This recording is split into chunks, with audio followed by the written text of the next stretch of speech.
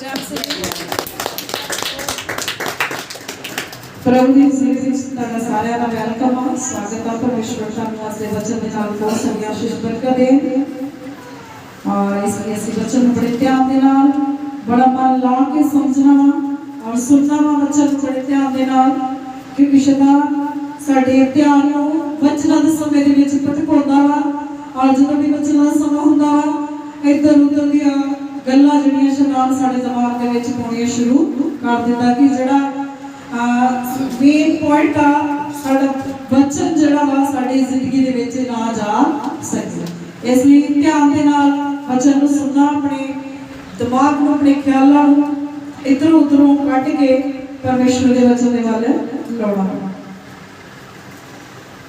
और असीं वचन दे विचों सिखांगे अज नीति वचन दी किताब कहावतां दी किताब ਉਹਦਾ शेर है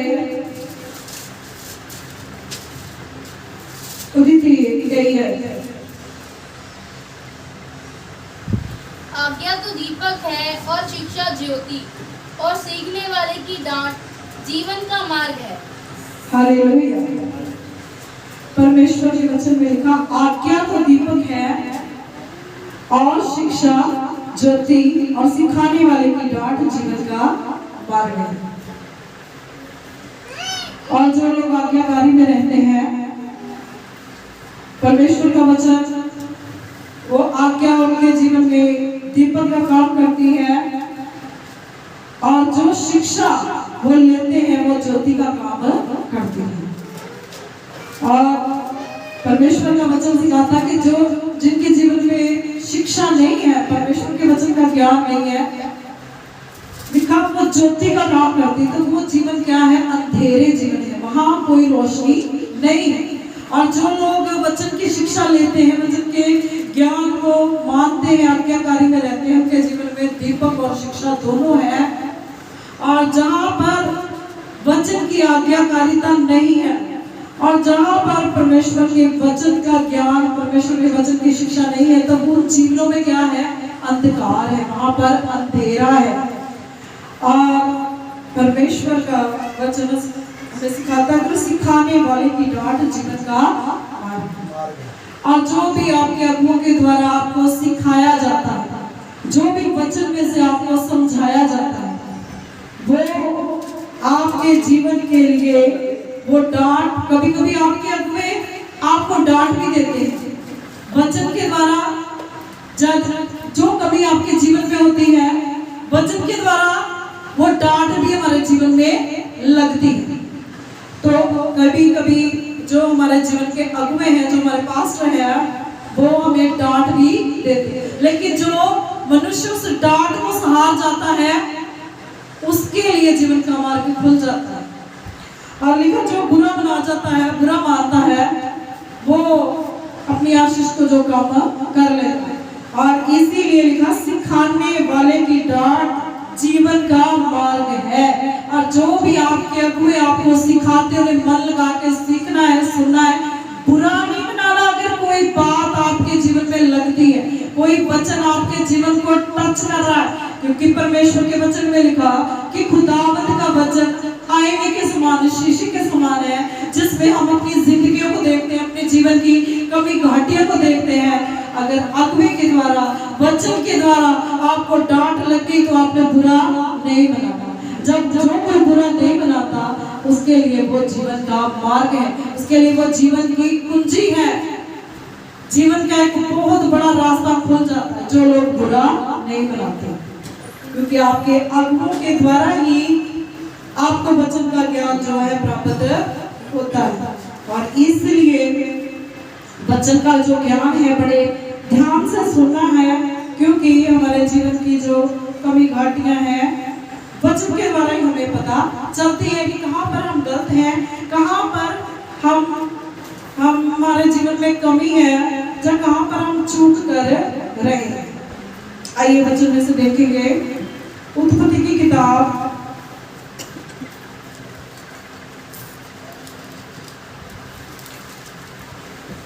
इसका 2 अध्याय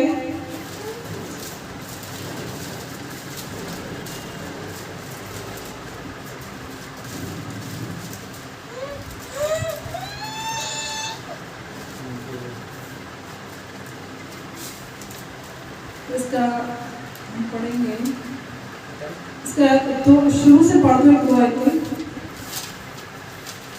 यूं आकाश और पृथ्वी और उनकी सारी सेना का बनाना समाप्त हो गया और परमेश्वर ने अपना काम जिसे वह करता था 7वें दिन समाप्त किया और उसने अपने किए हुए सारे काम से 7वें दिन विश्राम नहीं किया।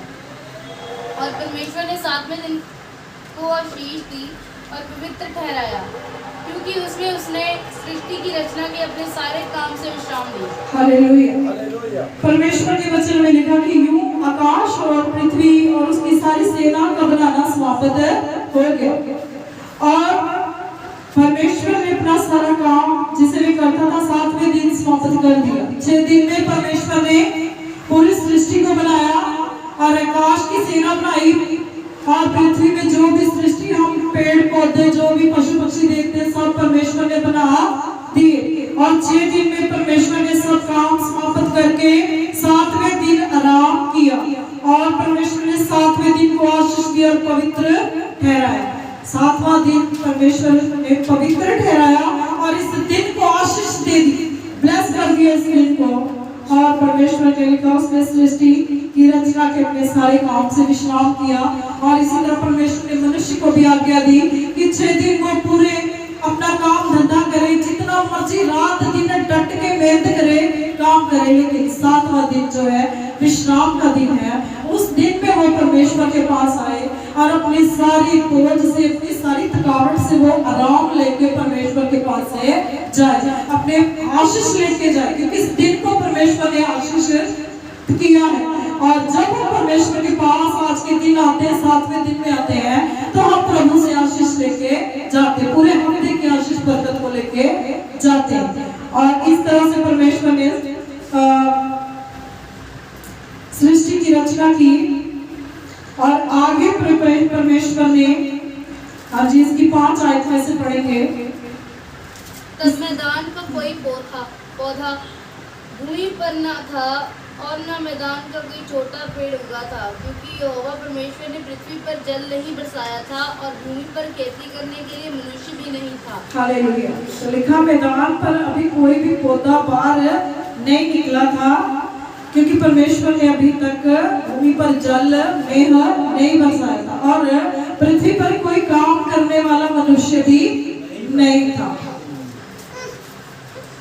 हाँ जी। तो भी पूरा पृथ्वी से उठता था जिससे सारी भूमि सिंच जाती थी। और जो कोहरा जो ओस पृथ्वी से उठती थी उसी से भूमि जो सिंच जाती थी। तभी यहोवा परमेश्वर ने आदम को भूमि की मिट्टी से रचा और उसके नथनों में जीवन का श्वास फूंक दिया और आदम जीवित प्राणी बन गया। हालेलुया।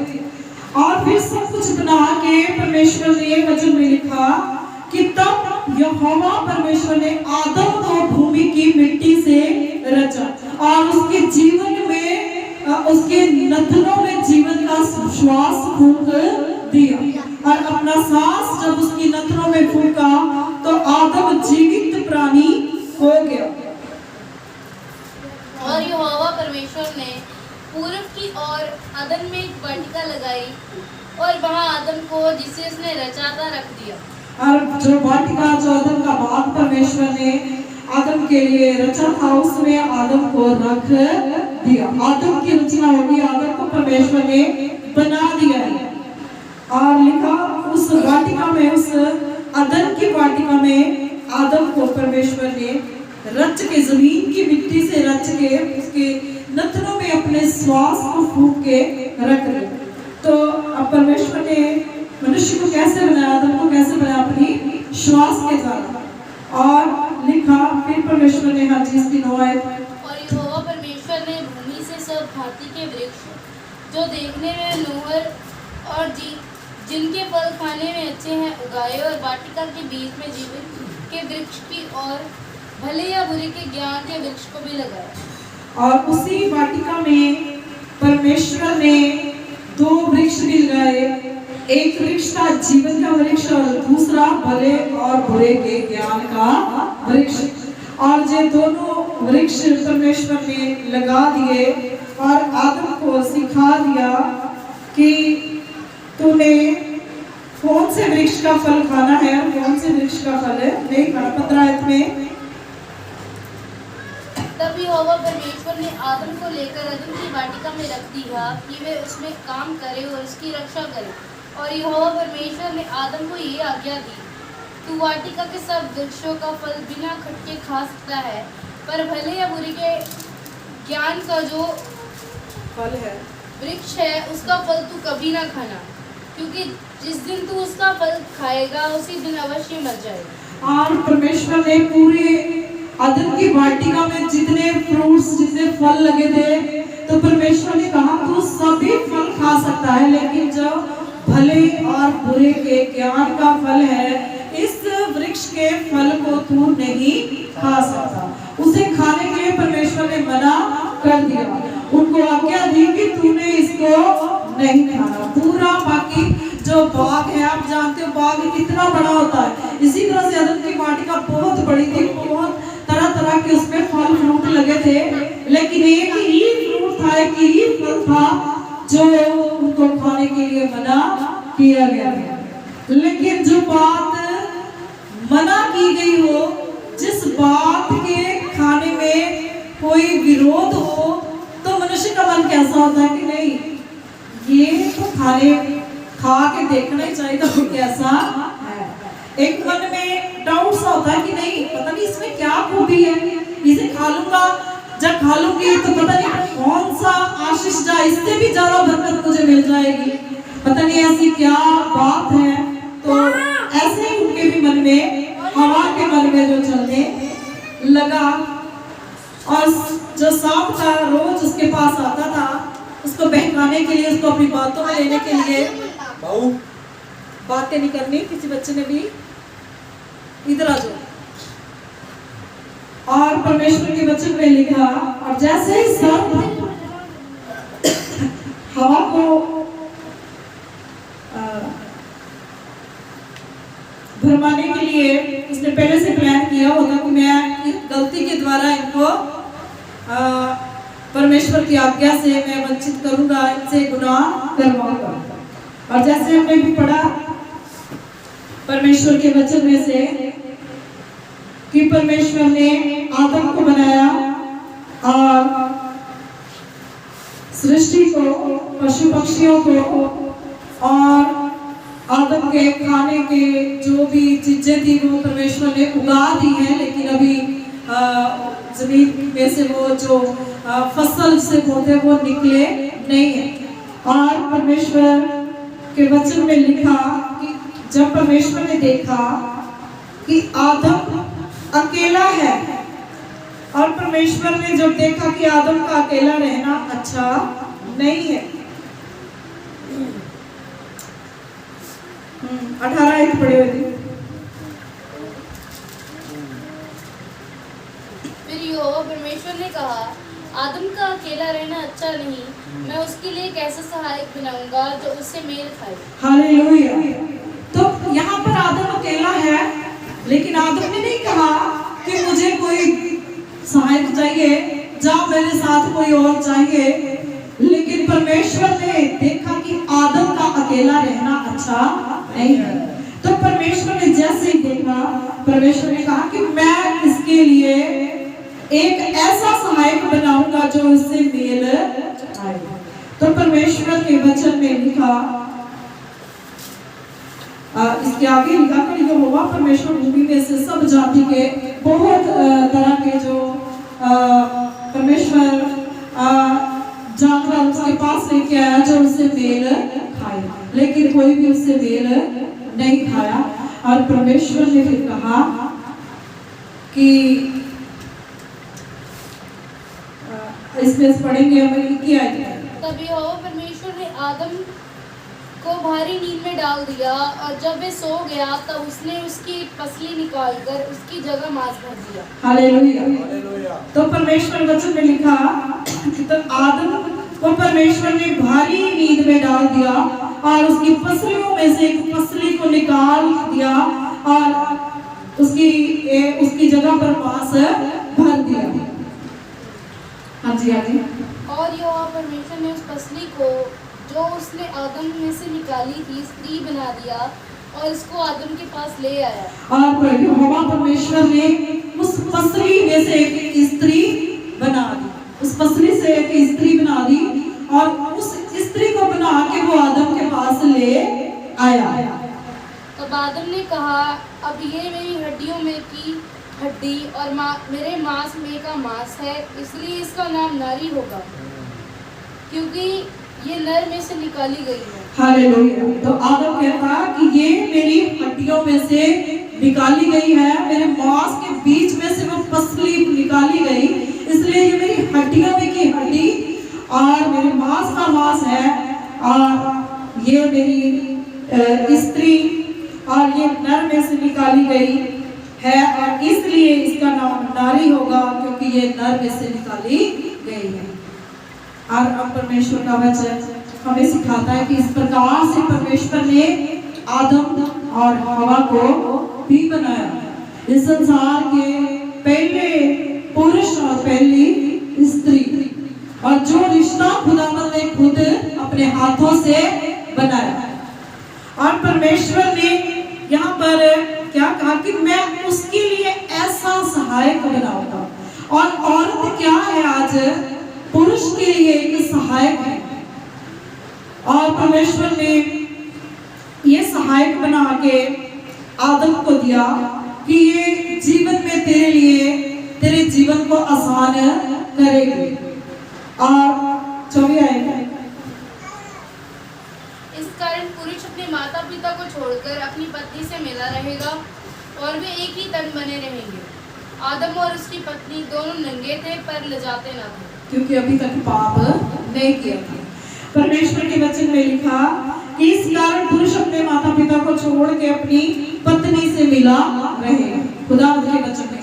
और आज कई बार जब नई शादी होती है लड़के की, तो ऑलरेडी लड़के जो है अपने घर गृहस्थी बसाने के लिए काफी बार सुनने में आया कि लड़के अपने माता पिता को छोड़ के अपने नए घर में जहाँ रेंट पे चले जाते हैं, क्योंकि ये वचन भी जो उनके जीवन में पूरा होता है कि परमेश्वर ने कहा है कि पुरुष अपने माता पिता को छोड़ देगा, किसके लिए? अपनी पत्नी के लिए। और लिखा वो दोनों एक तन होंगे। ये परमेश्वर की आशीष है, प्रभु ने आशीष दी है उन्हें। और इसलिए परमेश्वर का वचन हमें सिखाता है कि ये पहला जो जोड़ा है, परमेश्वर ने जोड़ा दोनों को एक किया और उन्हें आशीष दी कि भरो और बतो फूलो और पृथ्वी को भर दो। परमेश्वर ने उन्हें आशीष दी। और परमेश्वर का वचन हमें सिखाता है कि जब परमेश्वर ने ये रिश्ता बनाया तो परमेश्वर ने कुछ, क्योंकि हर परमेश्वर के वचन को जब हम पढ़ते हैं तो परमेश्वर ने हर एक चीज को निभाने के लिए, हर एक रिश्ते को निभाने के लिए अपने वचन हमें दिए हैं। अगर वो रिश्ता परमेश्वर के वचन के हिसाब से है तो उसमें कभी भी दरार, कभी भी कोई कमी घाटी नहीं आ सकती। अगर उस रिश्ते में परमेश्वर का वचन नहीं है तो उसमें कमी घाटी आएगी, शैतान उस रिश्ते को तोड़ने की कोशिश करेगा। और इसलिए परमेश्वर के वचन में हम पढ़ेंगे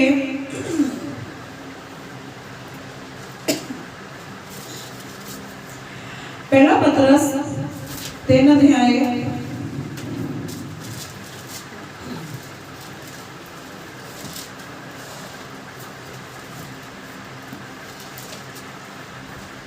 3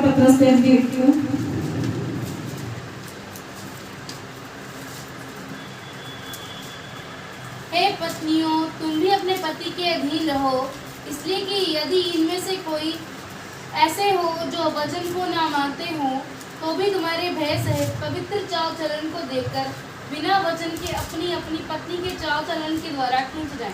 हालेलुया। तो परमेश्वर के वचन में लिखा है, जैसे मैंने कहा कि हर रिश्ते के प्रति परमेश्वर ने हमें खास वचन दिए हैं, अपने माँ बाप के लिए, बहन भाइयों के लिए।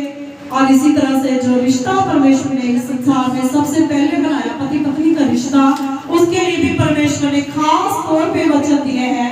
और अगर वो रिश्ता वचनों के अनुसार है तो उसको दुनिया की कोई भी ताकत तोड़ नहीं सकती। अगर उस वचन पूरे नहीं हो रहे तो शैतान उस रिश्ते का क्या है, मजाक सा बना देता है। और परमेश्वर ने पत्नी को क्या आज्ञा दी कि हे पत्नियों, तुम भी अपने पति के अधीन रहो, इसलिए कि यदि इनमें से कोई ऐसे हो जो वचन को ना मानते हो। लिखा परमेश्वर के वचन में कि सभी पत्नियां जो हैं अपने अपने पति की अधीनता में रहें, अपने पति के अधीन रहें। और लिखा अगर उनके पति परमेश्वर को वचन को ना मानने वाले हो, परमेश्वर को ना मानने वाले हो, तो उनके चाल ढाल को देख के, उनकी भक्ति, उनकी दुआ प्रार्थना को देखकर वो भी खिंच जाएंगे, उनका भी जीवन बदल जाएगा। और लिखा इसलिए कि यदि इनमें से कोई ऐसे हो जो वचन को ना मानते हो, तो भी तुम्हारे भय सहित पवित्र चाल चलन को देखकर बिना वचन के अपनी पत्नी की चाल चलन के द्वारा खींच जाए। पत्नी की जो दुआ प्रार्थना होगी, पत्नी का जो भय होगा परमेश्वर के प्रति, वो उसके पति को खींच लाएगा। और ये बिल्कुल वचन करेक्ट है, बिल्कुल सही है।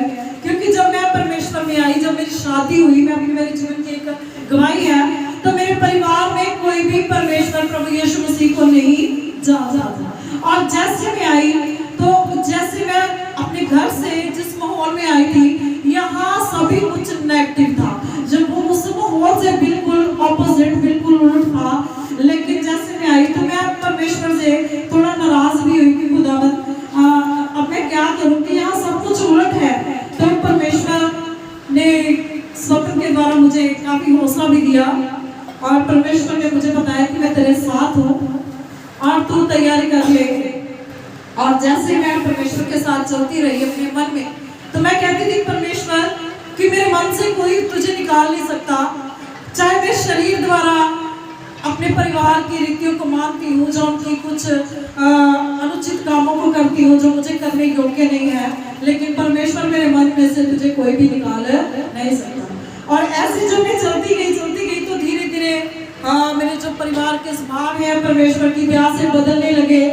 और मेरे फैमिली तो क्या, मेरे पति का स्वभाव भी मेरे प्रति बदलने लगा।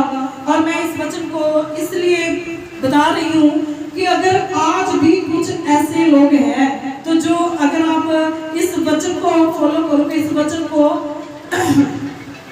मानोगे, पवित्रताई में खुदा से प्रार्थना करते रहोगे, तो परमेश्वर के लिए कुछ भी मुश्किल नहीं, क्योंकि उसका वचन कोई भी झूठा नहीं है, उसका वचन कोई भी ऐसा नहीं जो पूरा होने के बगैर रहे। एक दिन ऐसा आ जाता है कि उसका वचन आपके जीवन में पूरा हो जाता है। आज देखिए मेरा पूरा परिवार और मेरे आगे जो ननद वगैरह, उनके भी पूरे परिवार बच चुके, क्योंकि खुदावंद का वचन है कि तू बच तो तेरा घराना बचाया जाएगा। परिवार तो दूर की, परिवार तो सबसे पहले आ जाएगा, आपकी पूरी फैमिली जो है बच जाएगी। और इसी तरह से परमेश्वर का वचन कहता है, अगर पत्नियां वचन के हिसाब से हैं, वचन उनके जीवन में है, तो उनके पति जो है खिंच जाएंगे, वो बच जाएंगे, उनका भी जीवन बच जाएगा। और इसी की पढ़ेंगे 7 आयत भी।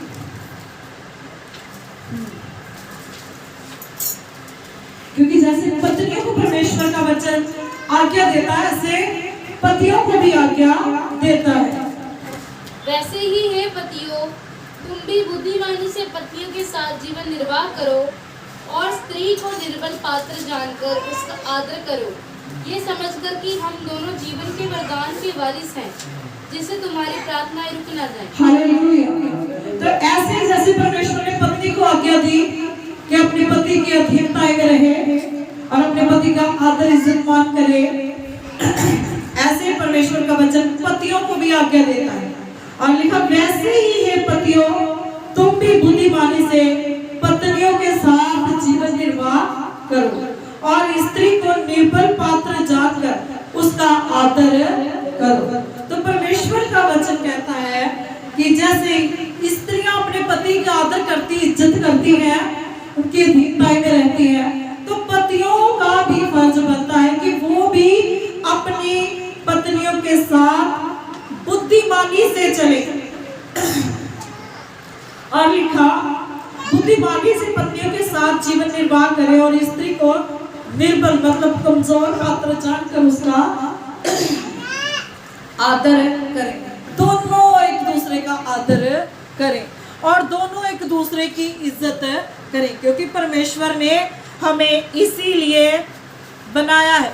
अगर ये चीज हमारे जीवन में नहीं है, हम दोनों एक दूसरे का आदर नहीं करते, तो परमेश्वर का वचन हमारे जीवन में कभी भी पूरा नहीं होता। हमारे घरों में, हमारे जीवनों में वो सुख शांति नहीं आ सकती अगर खुदा का वचन हमारे जीवन में नहीं है।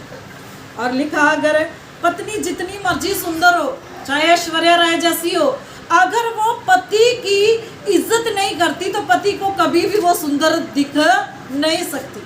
और इसी तरह से वो पति है जो पत्नी की इज्जत नहीं करता, चाहे वो कितना भी अमीर हो, कितना भी वो सुंदर हो, लेकिन अगर पत्नी की इज्जत नहीं है तो वो पत्नी के लिए उसका हीरो, उसका राजकुमार कभी भी बन नहीं सकता।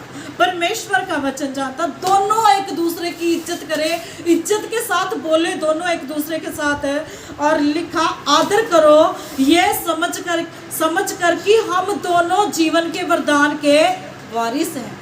आप दोनों पति पत्नी दोनों ही परमेश्वर के लिए जीवन के वारिस हैं। आपसे ही आगे आपके घर परिवार की जो वागडोर बढ़नी है, जिससे तुम्हारी प्रार्थनाएं रुक ना जाए।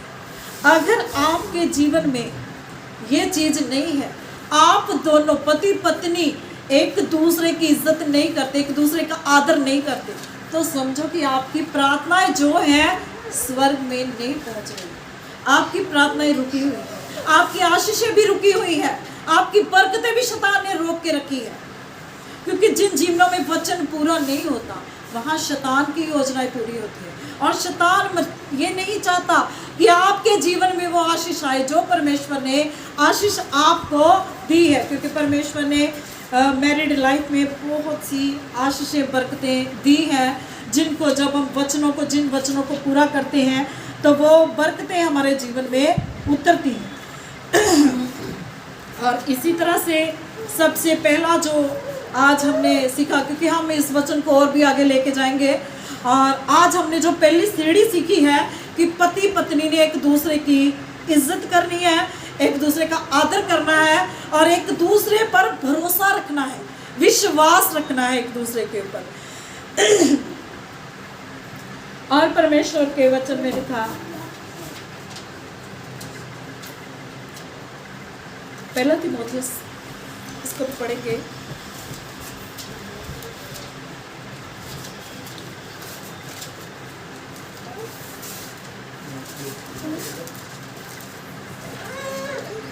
दो अध्याय,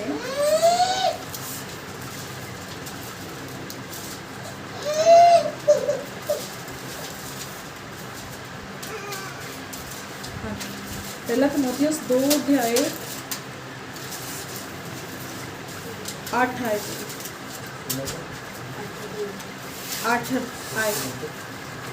इसलिए मैं चाहता हूँ कि हर जगह पुरुष बिना क्रोध और विवाद के पवित्र हाथों को उठाकर प्रार्थना किया करे। हालेलुया। तो परमेश्वर का वचन पुरुषों को क्या कहता है? इसलिए मैं चाहता हूँ कि हर जगह पुरुष बिना क्रोध और विवाद के पवित्र हाथों को उठा के प्रार्थना करें। तो परमेश्वर का वचन पुरुषों को एक नई आज्ञा देता है कि आपने जो अपने घर परिवार के लिए प्रार्थना करनी है, अपने पवित्र हाथों को उठा के प्रार्थना करनी है। वैसे ही स्त्रियां भी संकोच और संयम के साथ सुहावने वस्त्र से अपने आप को संवारे, ना कि बाल गूंथने और सोने और मोतियों और बहुमूल्य कपड़ों से। हालेलुया। तो परमेश्वर का वचन स्त्रियों से भी कहता है कि वो भी संयम के साथ अपने आप को संवारे, सुहावने वस्त्रों से अपने आप को सुंदर बनाए, ना कि तरह तरह के, ना कि बाल गूंथने और सोने मोतियों और बहुमूल्य कपड़ों से। और जैसे लिखा कि तेरा श्रृंगार जो है माता सारा के समान हो, सादगी वाला जीवन हो, वेश्या श्रृंगार तुझ में ना हो, दिखावटी श्रृंगार तुझ में ना हो। और ऐसे ही परमेश्वर का वचन औरतों को भी सिखाता है। हाँ, इसकी 12 आयत। मैं कहता हूँ कि देश करे और न पुरुष पर आज्ञा चलाए, परंतु चुपचाप रहे, क्योंकि आदम पहले उसके बाद हवा बनाई गई। हालेलुया। तो परमेश्वर का वचन कहता है कि स्त्री जो है चुपचाप रहे, क्योंकि आदम पहले बनाया गया था और गुनाह स्त्री से हुआ था और भरमाई स्त्री गई थी। और परमेश्वर का वचन कहता है स्त्री आदम में से निकाली गई। स्त्री में से आदम नहीं निकाला गया, आदम में से स्त्री निकाली गई कि आदम के लिए बनाई गई है। और इसलिए परमेश्वर का वचन कहता है कि वो आदम पे अगर हुक्म नहीं चला सकती, और क्योंकि आदम मसीह की स्वरूप में है, और जैसे मसीह और परमेश्वर और कलीसिया का रिश्ता है, ऐसे ही परमेश्वर ने पति पत्नी का रिश्ता भी कहा बताया है कि उसका जो पति है उसके लिए हम पढ़ेंगे इफिसियों की किताब, इफिसियों की किताब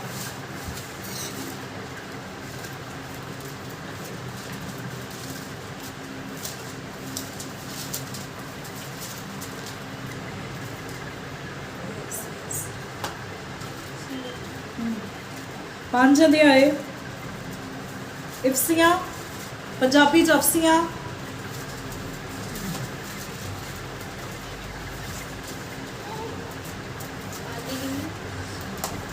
हाँ पहले भाई। हे पत्नियों, अपने अपने पति के ऐसे अधीन रहो जैसे प्रभु के, क्योंकि पति पत्नी का सिर है, जैसे कि मसीह कलीसिया का सिर है और स्वयं ही देह का उद्धार करता है। पर जैसे कलीसिया मसीह के अधीन है, वैसे ही पत्नियां भी हर बात में अपने पति के अधीन है। हालेलुया। तो परमेश्वर के वचन में लिखा है कि जैसे कलीसिया मसीह के अधीन है, वैसे ही पत्नियां भी अपने पति के अधीन रहें। और परमेश्वर के वचन में लिखा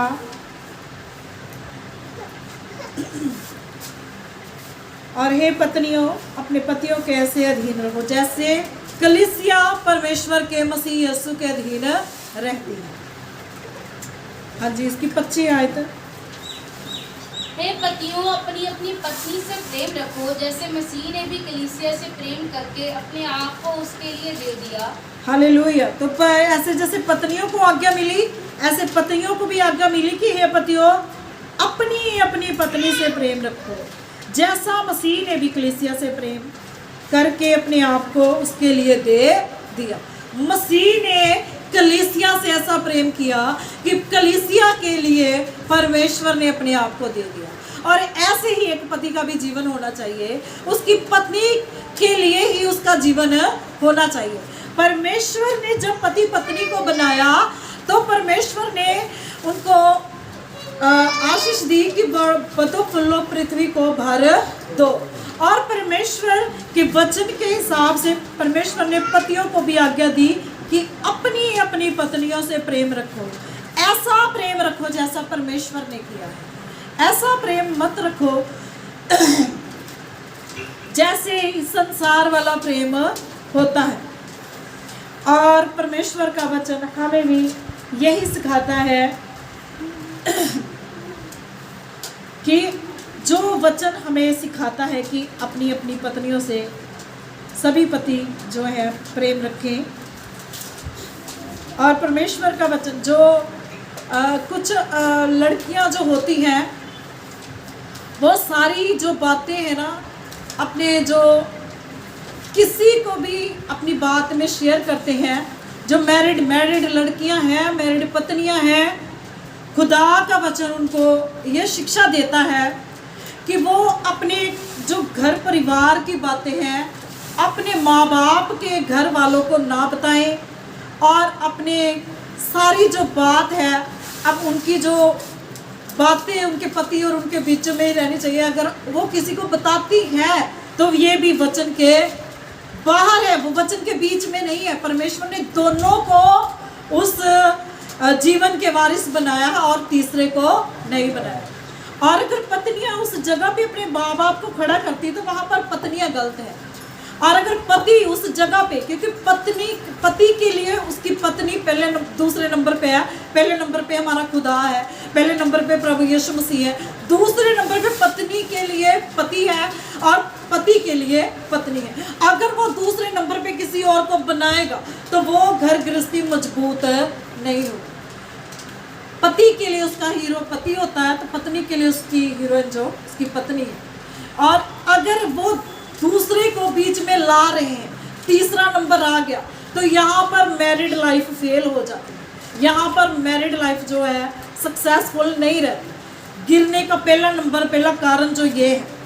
और एक दूसरे के प्रति विश्वास होना चाहिए, एक दूसरे के लिए ही बने हैं, परमेश्वर ने बनाया है। और तीसरा जो स्थान तो तीसरे नंबर पे ही होना चाहिए, दूसरा स्थान एक दूसरे का ही होना चाहिए। और जैसे हम देखते हैं परमेश्वर ने जो आज्ञा दी है, इसकी पढ़ेंगे अब 31 आयत पढ़े हुए थे। इस कारण मनुष्य अपने माता पिता को छोड़कर अपनी पत्नी से मिला रहेगा और वे दोनों एक संग होंगे। ये भेद तो बड़ा है। नहीं, यदि 28 आयत पढ़े हुए 28। इसी प्रकार उचित है कि पति अपनी पत्नी से अपनी देह के समान प्रेम रखे। जो अपनी पत्नी से प्रेम रखता है वे अपने आप से प्रेम रखता है। हालेलुया। तो परमेश्वर के वचन में लिखा, इसी प्रकार उचित है कि पति अपनी पत्नी से अपनी देह के समान प्रेम रखे। और जैसे हम अपनी देह को प्रेम करते हैं, अपने शरीर को प्रेम करते हैं, इसी तरह से परमेश्वर का वचन कहता है हर एक पति जो अपनी पत्नी से अपने शरीर के समान, जैसे अपने शरीर को प्रेम करते हैं, ऐसे अपनी पत्नी से भी प्रेम रखना है। खुदा का वचन कहता कोई भी अपने शरीर से बैर नहीं रखता। और लिखा, जो अपनी पत्नी से प्रेम रखता है वे अपने आप से प्रेम करता है। तो जो कोई भी अपनी पत्नी से प्रेम करता है वो अपने शरीर से प्रेम करता है, अपने शरीर से प्यार करता है। लेकिन जो अपनी पत्नी से प्रेम नहीं करता वो अपने शरीर से भी प्रेम नहीं करता, वो अपने शरीर से ही बैर कर रहा है, अपने शरीर से ही उसके प्रति जो है वो उसका जो बैर, उसकी जो घृणा उसकी पत्नी के प्रति नहीं, उसके शरीर के प्रति है। और परमेश्वर का वचन जो आज्ञा हमें देता, हमें इसी वचन, अगर वचन हमारे जीवन में है तो परमेश्वर का वचन कहता है आपको जीवन की आशीषित होने से कोई भी चीज रोक नहीं सकती। इतनी देती है कि पर तुम में से हर एक अपनी पत्नी से अपने समान प्रेम रखे और पत्नी भी अपने पति का भय माने। हालेलुया। पति अपनी पत्नी से प्रेम रखे और पत्नी अपने पति का भय माने। परमेश्वर ने यही वचन जो है पति पत्नी के लिए दिया। और जिस जीवन में ये वचन नहीं है वो जीवन जो है वो घर जो है टूटने बिखरने शुरू हो जाते। अगर हम खुदा को मानने वाले हैं, अगर परमेश्वर के वचन के अनुसार चलने वाले हैं, तो वचन से कभी भी मुख नहीं मोड़ेंगे। क्योंकि जो इंसान परमेश्वर के वचन से मुख मोड़ता है, उसको मानने में आनाकानी करता है, वो परमेश्वर का वचन साफ लिखा नाश हो जाता। नीति वचन में लिखा वो नाश हो जाता। जो खुदा के वचन को मानने में ढिलाई करता है, जो मुख मोड़ता है परमेश्वर के वचन से, और इसलिए परमेश्वर का वचन हमें सिखाता है कि परमेश्वर ने आदम और हवा को एक दूसरे के लिए ही बनाया है और एक दूसरे के साथ वचन के द्वारा बने रहना है। और अगर आप वचन के द्वारा बने रहोगे, प्रभु की आशीष आपके ऊपर, आपके बच्चों के ऊपर भी आएगी।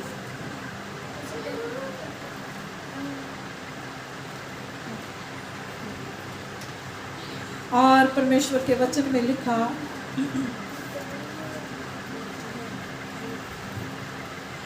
और खुदावंद के वचन में लिखा कि शादियां जो है परमेश्वर के वचन में लिखा, एक परमेश्वर के अनुसार, प्रभु की इच्छा के अनुसार, जैसे इसहाक की शादी हुई, परमेश्वर